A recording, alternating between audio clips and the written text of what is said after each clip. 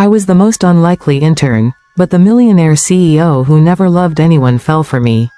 Welcome back with a new real shock story. Before we start, comment and tell me which city you're watching from. At the end, don't forget to subscribe and rate it from 0 to 10. Let's enjoy the story, everyone. I never imagined my life would bring me here. I mean, just a few months ago, I was like any other girl trying to figure out her path, quiet, careful, blending in. But then I got this internship, an opportunity I had worked so hard for. One that felt like a door opening into a world I had only seen from the outside. I didn't know it yet, but walking through those revolving doors that first morning would change everything. From the moment I stepped into the office, I felt it. This strange tension, a hum of power in the air that I couldn't explain. Everyone seemed to have their place, their role, their quiet rhythm of life that I wasn't yet part of. And then there was him. He didn't come rushing to greet me or introduce himself. He didn't even smile. But I noticed him instantly. He stood at the far end of the office, overlooking the city from those glass windows, the sunlight reflecting off his expensive suit and polished shoes. Everything about him perfect, controlled. They called him a CEO, but he wasn't just a title.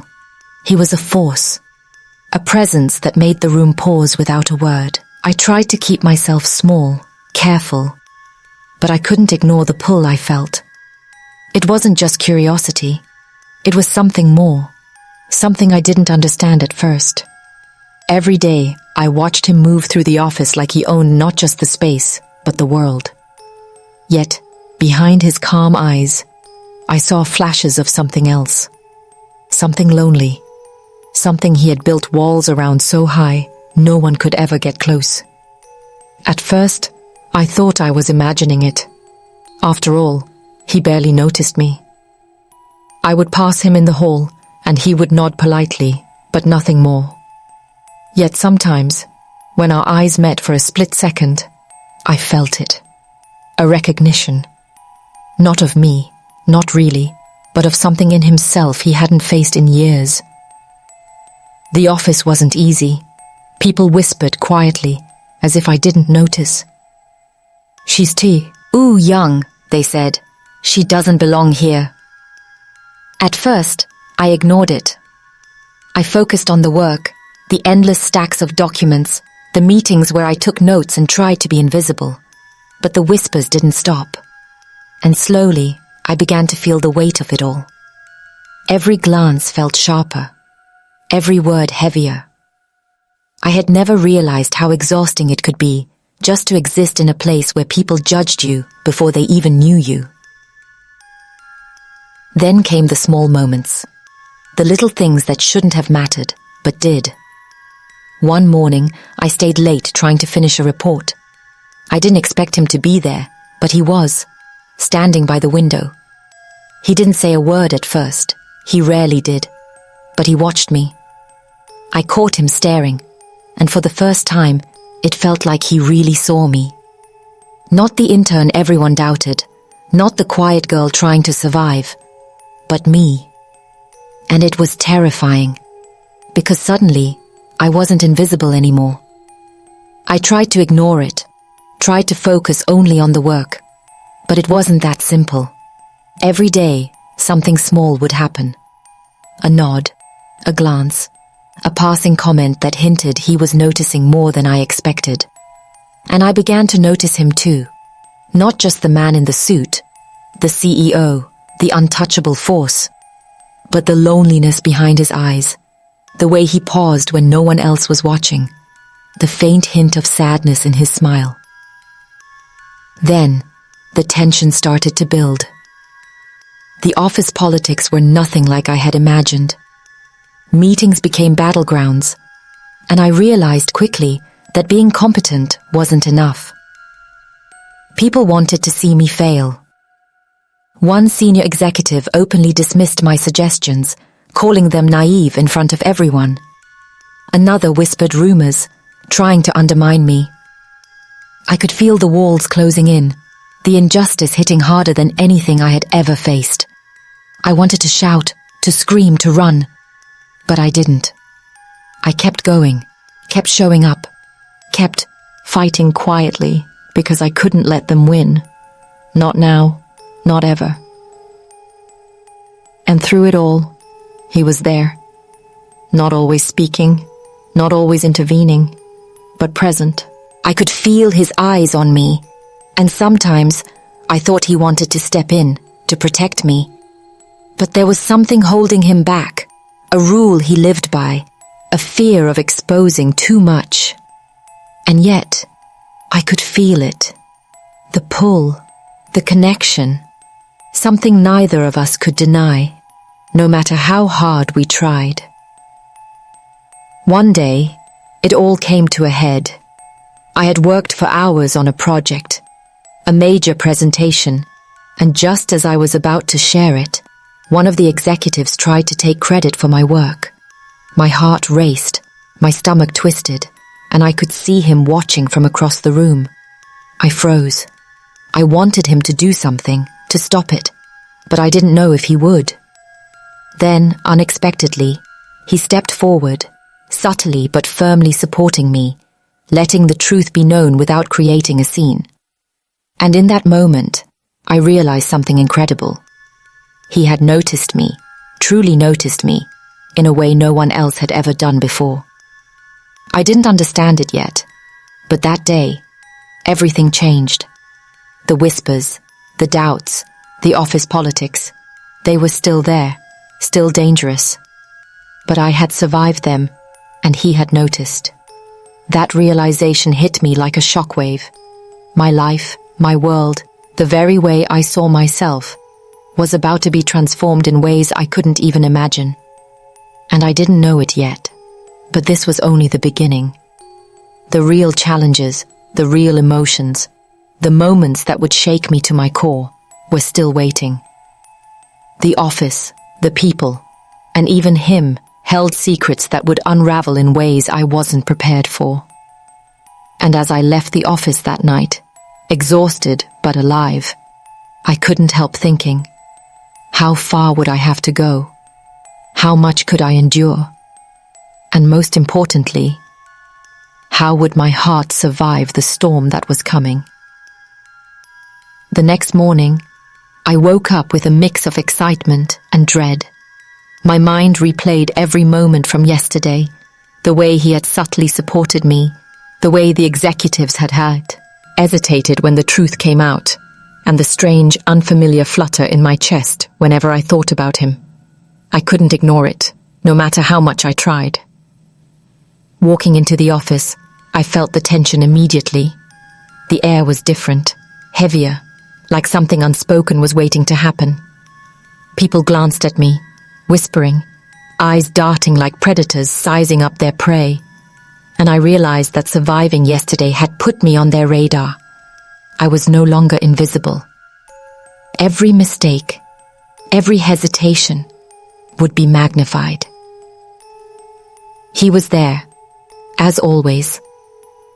But today, something was different. He moved with a certain purpose, a controlled intensity I hadn't seen before. When our eyes met, I felt a jolt, a recognition, a warning, a promise all at once. I wanted to say something, anything, but the words caught in my throat. Instead, I focused on the task ahead, reminding myself that nothing in this office came easily. The hours dragged on. Each meeting felt like navigating a battlefield. A colleague tried to undermine me again, twisting my words in front of the team. My heart raced, my hands shook, but I refused to back down. I could see him watching, quietly assessing, and I wondered, would he intervene this time? Or was I still on my own? Then came the moment that changed everything. A project I had poured weeks of work into was suddenly called into question. The blame was shifted toward me in subtle, almost invisible ways, and I felt the weight of injustice pressing down. I could feel the eyes of the entire office on me, judging, waiting for me to crack. And in that moment, I wanted to disappear. But I didn't. I took a deep breath, steadying myself, and presented the facts. The hard evidence, the reports, the emails that proved everything I had done. The room fell silent. I could feel the tension, thick and suffocating, as everyone processed what I had just revealed. And then I enticed him, standing at the edge of the room, his gaze sharp, unwavering. There was pride there, yes, but also something else. A quiet acknowledgement that I had faced the storm and hadn't broken. After the meeting, he approached me. Not with words, not with gestures, but with a presence that made everything around us fade into the background. For a brief moment, it felt like we were alone in the world. Two people who had survived chaos and injustice together, even without saying a single word. My chest tightened, and I couldn't look away. Something was happening between us, something I didn't fully understand, but it was undeniable. The days that followed were a mix of subtle challenges and quiet victories. Every task I completed, every project I managed, was a small battle won, but the war wasn't over. The executives who doubted me were relentless, trying to find flaws, trying to push me out, and I could feel the pressure mounting. Each day was a test, not just of my skills, but of my courage, my resilience, and my ability to keep moving forward despite the injustice. And then, one afternoon, everything shifted. I was called into a private meeting with the senior executive who had been spreading rumors about me. My heart pounded, and I could feel my hands trembling. He started with subtle accusations, the kind that could quietly ruin someone's reputation if left unchecked. But this time, I wasn't afraid. I presented my case calmly, confidently, exposing the lies without raising my voice. And I noticed him outside the room, watching, his jaw tight, his posture rigid. I could feel his support without a word, and it gave me the strength to stand taller, to speak louder, to be seen. After the meeting, I walked back to my desk, exhausted but victorious. And there he was, waiting. His eyes met mine, and for the first time, I felt the weight of his attention, the intensity of his gaze. It wasn't just curiosity. It was recognition, admiration, and something deeper that neither of us could name. I wanted to speak, to say something, but the words escaped me. Instead, I simply nodded, and he nodded back, a silent understanding passing between us. But the tension was far from over. The office was still a minefield of whispers, doubts, and subtle cruelty. Every success was shadowed by the fear of retaliation. Every glance from him carried an unspoken warning. Don't get too comfortable. Don't let your guard down. And yet, despite the fear, despite the pressure, I felt alive in a way I never had before. I was no longer invisible. I was no longer just a quiet intern. I was someone who mattered, someone who could survive, someone who could fight, and maybe, just maybe, someone he noticed in ways no one else had. That night, as I left the office, I felt a mix of exhaustion and exhilaration. The city lights glimmered outside the window as I walked to the subway, my mind racing with everything that had happened. I knew the challenges weren't over. I knew the stakes were higher than ever. And I knew one thing for certain. My life was changing, and there was no turning back. I didn't know it yet, but the hardest moments were still ahead. The moments that would test every ounce of courage I had, that would expose the deepest truths about him, about me, and about the invisible battles we both faced every day. And as I walked through the streets that night, I couldn't help but wonder, could anyone survive the storm that was coming, unscathed? Or would we both be changed forever in ways we couldn't even imagine?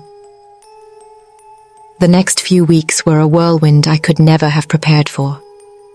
Every day brought new challenges, new obstacles, and new whispers that seemed to follow me wherever I went. The office felt like a battlefield, and I was right in the middle, trying to navigate a world where people judged me before they even knew me. Yet, through it all, he was there, always watching, always present in ways I couldn't ignore. It started subtly, a glance across the room that lasted just a second too long, a small nod of approval when no one else was looking, a brief moment in the hallway where our eyes met and something passed between us that no one else could see. I tried to ignore it, to focus only on my work, but it was impossible. There was a tension, a connection, something electric that neither of us could name, and it was growing stronger every day. And then the challenges escalated. The whispers turned into overt actions. One of the executives tried to sabotage a project I had been working on for weeks, shifting blame in a meeting in front of the entire team. My heart raced, my hands shook, but I refused to break. I presented the facts, the evidence, the work I had done, and for a brief moment, the room fell silent. Everyone was watching, waiting to see if I would falter. And then, quietly, he stepped forward, not with words, not with overt gestures, but with a presence that shifted the balance. He didn't need to speak. The room knew where he stood, and that was enough. Even with his subtle support, the tension didn't ease. I felt eyes on me at every turn, felt the weight of judgment pressing down, and the fear of failure became almost unbearable. There were moments I wanted to run, to hide, to escape the constant pressure. But I couldn't. I had come too far, and I had proven to myself that I could survive in this world. And slowly, I realized that surviving wasn't enough. I had to fight, not just for myself, but for every small injustice that threatened to crush me. One afternoon, it all reached a tipping point. I had spent hours preparing for a crucial presentation, one that could make or break my place in the company. Just as I was about to begin, a senior executive tried to take credit for my work, subtly twisting details to make it appear as though it was his idea. My heart pounded, my stomach stared, and for a moment I felt frozen. But then I remembered the quiet nods, the small gestures, the subtle recognition from him that I wasn't invisible. I found my voice, clear and firm, and presented the truth. The room went silent again, and this time, the weight of every eye on me was different. It was respect, finally. After the presentation, I retreated to my desk, exhausted but triumphant. And there he was, standing at the edge of the room, his gaze fixed on me in a way that made my chest tighten. There was something unspoken in that look, a mixture of admiration, concern, and something I couldn't name. I wanted to speak, to ask what it meant, but the words caught in my throat. Instead, I simply nodded, and he gave the faintest of nods in return, a silent acknowledgement that left me shaken. The days that followed were a mix of victories and challenges. Every task I completed, every obstacle I overcame, was a small battle won. But the war was far from over.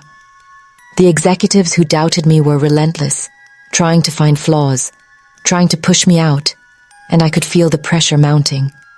Every success was shadowed by fear, every achievement followed by the expectation of failure. And yet, through it all, the connection between us grew stronger, a subtle thread of tension and emotion that neither of us could fully understand, but both felt. Then came the moment that changed everything. A project that I had been working on for weeks, one that had the potential to shift the balance of power in the office, was suddenly called into question. Accusations were made, subtle and indirect, and the blame was shifted toward me in ways that felt almost impossible to counter. My heart raced, my stomach twisted, and I felt the weight of injustice pressing down harder than ever. But this time, I didn't falter. I presented my evidence calmly, confidently, exposing the lies without raising my voice. And for the first time, I saw the impact of his subtle support. The way the room shifted, the way people hesitated, the way truth began to assert itself despite the whispers and doubts.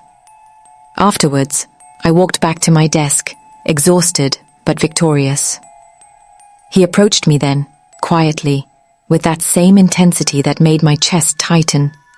There were no words, just presence. And in that moment, I realized something profound. He had seen me, not just the intern, not just the quiet girl who blended into the background, but me. And I had seen him. Not the untouchable CEO, not the man who seemed to control everything, but someone human, someone capable of emotion, someone whose heart was more fragile than his image suggested. But even with that realization, the tension wasn't over. The office was still a minefield of whispers, judgments, and subtle cruelty. Every step forward felt precarious. Every glance held potential danger. Every interaction a test of endurance. Yet, despite the fear, despite the constant pressure, I felt alive in a way I never had before. I was no longer invisible. I was no longer just surviving. I was fighting, and I was being noticed. And that recognition, fragile as it was, made all the difference. That night, as I left the office, my body exhausted and my mind racing, I couldn't stop thinking about what was coming. I knew the stakes were higher than ever, and I knew that the moments ahead would test everything, my courage, my strength, my heart. And I couldn't help but wonder, could we survive what was coming, unscathed? Or would the challenges ahead change us both in ways we couldn't even imagine? I didn't know it yet, but the storm was approaching, and nothing, neither my courage nor his presence, could fully prepare us for the trials that awaited. Every small victory, every quiet recognition was just the beginning. The real test, the moment that would defy, and everything was still ahead. And as I walked into the night, my thoughts tangled between fear and anticipation. I realized that life, as I had known it, was over. Something new was beginning, and it would demand everything I had to survive. I never expected that one day could feel heavier than the last, but it did. That morning, the office felt different, as if the walls themselves were holding their breath, waiting for something to happen. I could sense it the moment I walked in. The whispers were sharper, the glances colder, the tension so thick it pressed against my chest. Something was coming, something I couldn't avoid, and deep down, I knew it would change everything. The project I had poured weeks of work into was under attack. The executives had united quietly, subtly, to undermine me. Emails had been twisted, reports hidden, meetings scheduled to coincide with my presentations so that my ideas would be drowned out. I could feel the injustice like a weight on my shoulders, threatening to crush me, and yet I refused to break. I had survived this long. I would not falter now. He was there, as always. But today, he wasn't just watching. There was intensity in his gaze, a tension in the set of his shoulders that I hadn't noticed before. It was as if he could feel the storm that was about to hit me, as if he knew what was coming before I even did. My heart raced, my stomach twisted, but I held my ground. I had to face this, even if it destroyed me. The meeting began. The room was filled with people whose eyes darted between me and the executives, waiting for me to stumble. They presented their arguments calmly, professionally, but every word was aimed at me. Subtle accusations, small insinuations, hints that I was inexperienced, unreliable, unworthy. And I could feel it, the weight of everyone's judgment pressing down. My chest ached, my hands shook, but I took a breath, and began to speak. I laid out my work, methodically, clearly, presenting the truth without raising my voice. The room went silent. I could feel eyes on me, feeling my fear, my anger, my determination. And then, the moment I will never forget, one of the executives tried to interrupt, to twist my words, to seize control. And he stepped in. Not loudly, not aggressively, but with authority, with quiet power that no one dared challenge. He didn't speak a word, yet everyone knew where he stood. And in that moment, I felt an emotion I hadn't allowed myself to feel: relief. But the relief was fleeting. As the discussion continued, one of the senior executives made a subtle accusation that could ruin me, implying negligence, incompetence, even dishonesty. My heart froze. I felt a panic rise in my chest, my mind racing for a way to defend myself without losing control. The room seemed to shrink around me, the weight of injustice pressing harder than ever. And I realized this wasn't just a test of skill. This was a test of courage, of endurance, of my very will to survive. I stood my ground. I presented the evidence again, calmly, firmly, letting the facts speak for themselves. The tension was unbearable. I could hear my own heartbeat in the silence. And then, slowly, the room began to shift. The false accusations started to crumble. The executive's confidence wavered. And I saw him, standing at the edge, his presence a shield, his eyes burning with an intensity that made my chest tighten. For the first time, I realized the depth of what I felt for him, and that he might feel the same, in ways we both tried to hide. Then, it happened. One of the executives, frustrated, reckless, tried to make a bold accusation in front of everyone, hoping to break me. My heart leapt into my throat. The room froze. All eyes were on me. I wanted to collapse, to run, to escape the pressure that threatened to consume me. But I didn't. I stood taller than I thought possible, and I spoke. Not just to defend myself, but to claim my space, to assert my truth. And in that moment, everything changed. The room erupted, not with applause, not with scorn, but with stunned silence. My evidence, my words, my courage had shattered the carefully constructed lies. And then, he approached me, close enough that I could feel the warmth of his presence, the steady rhythm of his heartbeat. He didn't need to speak. His eyes said everything: recognition, respect, and something more, something neither of us could yet name. But the climax wasn't over. As we stood there, breathing in the intensity, I realized that the office, the people, the whispers, they weren't the only challenge. There were feelings here we couldn't control, emotions that had been building, pulling us towards something inevitable. And in that charged silence, I felt it. The undeniable pull of connection, of attraction, of something that could change both our lives forever. And just as I thought I could breathe, just as I thought the storm had passed, a sudden email arrived. One sentence, one accusation, One subtle threat that could undo everything. My chest tightened. The room, the tension, the weight of expectation, it all came crashing down again. And I realized something terrifying. The storm wasn't over. Not even close. The next moments, the next decisions, could change everything. Could I survive it?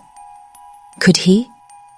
Could we stand together against everything trying to tear us apart? Or would this be the moment that broke us both, leaving us shattered in a world that didn't forgive mistakes, weakness, or emotion? I didn't know the answer. All I knew was that my heart was racing, my hands were shaking, and my world had shifted in ways I could never have imagined.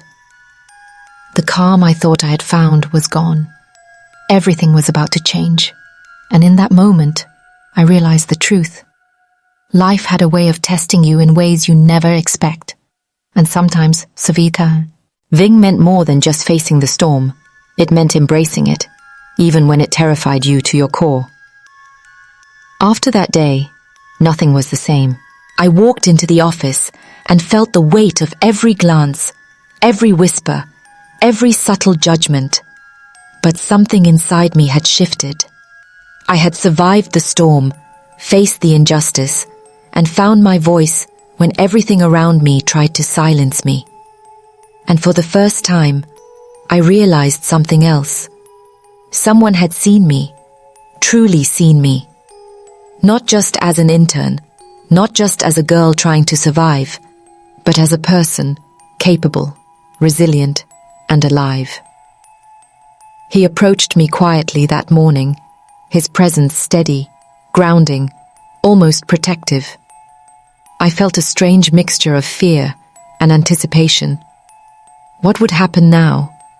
Could this connection we both felt survive in a world so cruel, so unrelenting, so focused on tearing people down? But he didn't speak immediately. He simply nodded, a gesture so simple yet filled with meaning, and for the first time, I felt understood without words. The days that followed were different.